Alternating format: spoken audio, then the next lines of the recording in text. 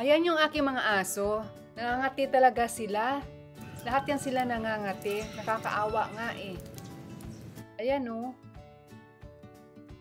Ayan ang check namin, nung tinignan namin, may mga maliliit na mga sugat-sugat. Akala namin sugat-sugat lang yun. Nung tinanggal namin, garapata pala, ay maliliit na garapata. Kaya bumili ako online ng Fipronil Frontline Plus. Bago kayo bumili ng gamot na ito, ay alamin nyo muna ang timbang ng inyong aso. Ako kasi 7 ang aso ko at iba-iba ang kanilang timbang, kaya iba-ibang sizes din ang aking nabili.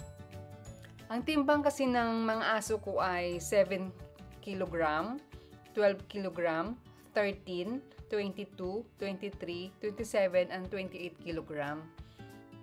Para hindi magkamali, basahin maigi yung instruction bago mag-apply. Bawat box ay 3 ang laman.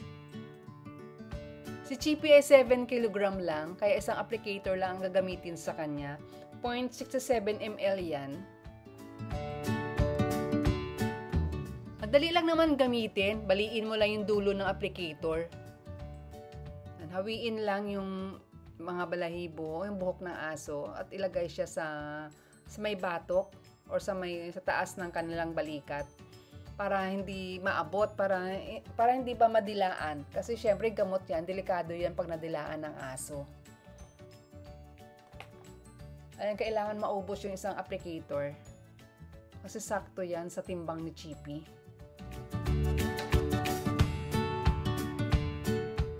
Hindi namin madala sa vet kasi sa 7 sila, wala kaming budget.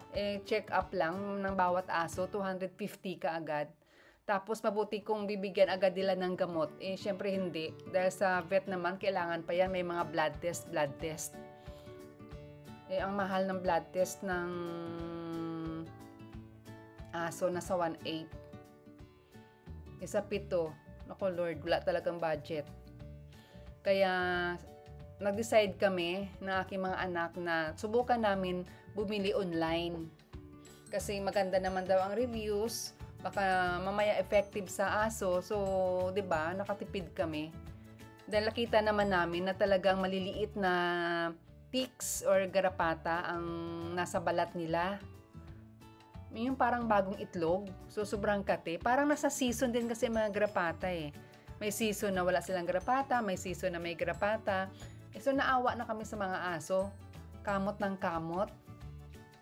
At kahit anong bili ko ng sabon na pang fleas and ticks, hindi naman naaalis. Ayan, ito si Snoopy. Nasa ano yan? Nasa 23 kilogram.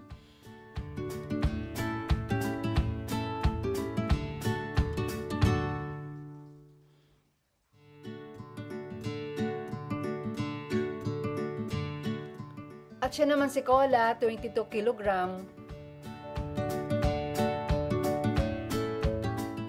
Para mabisa yung gamot, kailangan yung aso mga 2 araw na nakaligo bago siya applyan. At mga 2 araw din pagkatapos applyan bago siya paliguan. Para mas ma-absorb yung gamot. At iwasan talaga na mabasa siya ha. Kasi useless lang ang gamot ninyo. Ito si Dripple, 28 kg naman. Medyo pino lang ang kanyang balahibo, kaya medyo hirap hawiin. At ito si Kobe, 27 kg naman.